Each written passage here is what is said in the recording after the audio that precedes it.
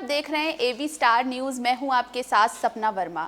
हर दिन इतिहास के पन्नों पे कुछ ऐसी घटनाएं घटती हैं जो कि एक अनूठी छाप छोड़ जाती है, एक ऐसी छाप जो कभी ना मिटने वाली होती है। तो आइए जानते हैं कि आज कौन सी ऐसी घटना है जिसने एक अमिट छाप छोड़ दी है, क्योंकि उसी पे पूरा हमारा जो कार्यक्रम है वो आधारित है, जिसका नाम है एक किस्सा दिन का हिस्सा। तो चलिए बढ़ते हैं हमारे पहले किस्से की तरफ। हमारा पहला किस्सा जुड़ा है दक्षेश से, जो कि आज बेहद ही ज़रूरी है। तो आज क्यों दक्षेश को इतना याद किया जाता है, क्या है ये दक्षेश, और आखिर आज ऐसी क्या वजह है जो इसको आज के दिन याद किया जाता है। नजर डालते हैं इस पर। आइए जानते हैं आज क्या है खास। 8 दिसंबर का ऐतिहासिक आकलन। खंगालते हैं इतिहास के पन्ने। आज सार्क दिवस है। सार्क यानी दक्षिण एशियाई क्षेत्रीय सहयोग संगठन, जिसे दक्षेश के नाम से भी जानते हैं, जिसकी आज ही के दिन 8 दिसंबर साल 1985 को स्थापना की गई थी। इसमें दक्षिण एशिया के 8 देशों का आर्थिक और राजनीतिक संगठन है। संगठन के सदस्य देशों की जनसंख्या 1.7 अरब है। अगर इसे देखा जाए तो ये किसी क्षेत्रीय संगठन की तुलना में सबसे ज्यादा प्रभावशाली है। भारत, बांग्लादेश, नेपाल, मालदीव, पाकिस्तान, श्रीलंका और भूटान इसमें शामिल हैं। अप्रैल साल 2007 में संघ के 14वें शिखर सम्मेलन में अफगानिस्तान भी इसका 8वां सदस्य देश बन गया। बात अगर इसके इतिहास पर की जाए, अगर इसके इतिहास पर रोशनी डाली जाए, तो साल 1970 में बांग्लादेश के राष्ट्रपति जियाउर रहमान ने दक्षिण एशियाई देशों का एक व्यापार गुट का प्रस्ताव रखा था। इस प्रस्ताव को साल 1981 में स्वीकार किया गया और साल 1983 में अंतर्राष्ट्रीय सम्मेलन में विदेश मंत्रियों की ओर से इसे अपनाया गया। उसके बाद साल 1985 में 7 देशों के सहयोग से सार्क का गठन किया गया। लंबी अवधि के बाद 7 देशों की सहमति से अफगानिस्तान को 13 नवंबर साल 2005 में शामिल किया गया। सार्क की अगर उद्देश्य की बात की जाए, क्यों इसे बनाया गया, इसका क्या था मकसद, तो सबसे पहले तो रोशनी डालते हैं इसके विकास कार्यों पर। मानव संसाधन, विज्ञान, प्रौद्योगिकी और कृषि के क्षेत्र में इसका अहम मकसद विकास करना है और साथ ही जनसंख्या और स्वास्थ्य से संबंधित मुद्दों और परिवहन सुविधाओं के सुधार का भी समाधान करना इसका मात्र उद्देश्य है। दक्षिण एशियाई देशों तक ही सीमित नहीं है। आज कुल 8 देश इसके सदस्य देश हैं। इसके अलावा कुछ अन्य देश जैसे म्यांमार, जापान, ऑस्ट्रेलिया, चीन, दक्षिण कोरिया, ईरान, मॉरिशस और यूरोपीय संघ को सार्क के पर्यवेक्षकों का दर्जा भी दिया गया है। सार्क का मुख्य उद्देश्य दक्षिण एशियाई देशों के लोगों के कल्याण के साथ साथ लोगों के जीवन यापन की गुणवत्ता में सुधार करना है। आर्थिक विकास, सामाजिक प्रगति और सांस्कृतिक विकास जैसे क्षेत्र में तेजी लाना और सभी व्यक्तियों को आत्मसम्मान के साथ उन्हें रहने और उनके अपनी क्षमता का एहसास दिलाकर उन्हें विभिन्न अवसर प्रदान करना, ये भी इसका एक मकसद है। दक्षिण एशियाई देशों के बीच सामूहिक आत्मनिर्भरता को बढ़ाना और उन्हें मजबूती प्रदान करना भी दक्षेश का अहम रोल है, अहम भूमिका है। दक्षिण एशियाई लोगों में आपसी विश्वास को बढ़ाना और एक दूसरे की समस्याओं का समाधान करने के लिए बढ़ावा देना, आर्थिक, सांस्कृतिक, तकनीकी, नक्सलीय और विज्ञानों जैसे क्षेत्र में सक्रिय सहयोग बढ़ावाना, आपसी सहयोग को बढ़ावा देना इसका भी एक बड़ा मकसद है। सार्क का लक्ष्य वह अंतर्राष्ट्रीय मंचों और क्षेत्रीय संगठन के साथ मिलकर आपस में लोगों की मदद करना भी है। सार्क के मुख्यालय की बात अगर की जाए तो ये काठमांडू में स्थित है। संगठन का संचालन देशों के मंत्री परिषद द्वारा नियुक्त महासचिव करते हैं, जिसकी नियुक्ति 3 साल के लिए देशों के वर्णमाला क्रम के अनुसार की जाती है। दक्षिण एशियाई क्षेत्रीय सहयोग पर इस घोषणा को साल 1983 में नई दिल्ली में विदेश मंत्रियों की ओर से अपनाया गया था। दक्षेश यानी कि सार्क। आज सार्क का स्थापना दिवस है। आज ही के दिन साल 1985 को सार्क की स्थापना हुई थी। ये इसमें जो तमाम एशिया के, दक्षिण एशिया के 8 देश इसमें शामिल हैं, जिसका मेन जो मकसद है वो विकास और कल्याण को प्रोत्साहित करना है। साथ ही साथ देश में शांति की भी स्थापना करना सार्क का एक अहम रोल और एक अहम मकसद है। चलिए बढ़ते हैं अब हमारे अगले किस्से की तरफ। हमारा अगला किस्सा जुड़ा है उस शख्सियत से जिसकी मराठा इतिहास में एक अहम भूमिका रही है, उस शख्सियत से जिन्होंने मराठा साम्राज्य में एक अहम भूमिका निभाई है। कौन है वो शख्सियत? चलिए नजर डालते हैं उस पर। बालाराव बाजीराव का आज ही के दिन 8 दिसंबर साल 1721 को जन्म हुआ था।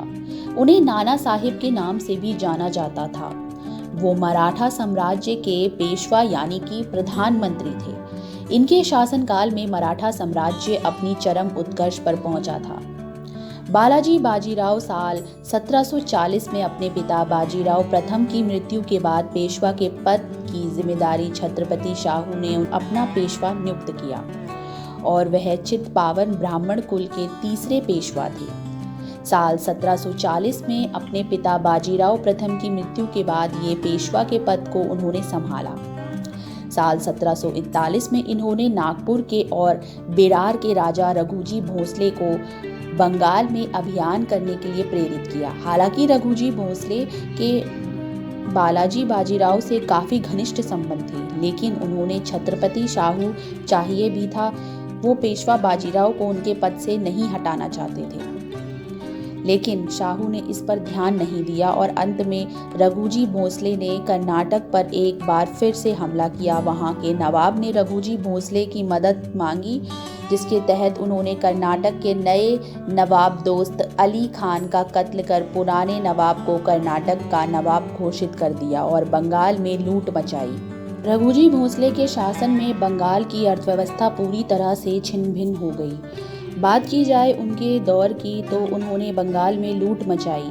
उन्होंने कर्नाटक में भी अपने प्रभाव को बढ़ाया और साथ ही कई सारे मराठा सरदारों को एक कर इन्होंने देश तक को अपने अधीन कर लिया। साल 1743 से लेकर 49 तक इन्होंने बंगाल में खूब सारी लूट मचाई। साहू का दस्तावेज राजा साहू ने साल 1749 ईस्वी में अपनी मृत्यु से पूर्व एक दस्तावेज छोड़ रखा है, जिसमें पेशवा को कुछ बंधनों के साथ राज्य का सर्वोच्च अधिकारी सौंप दिया गया।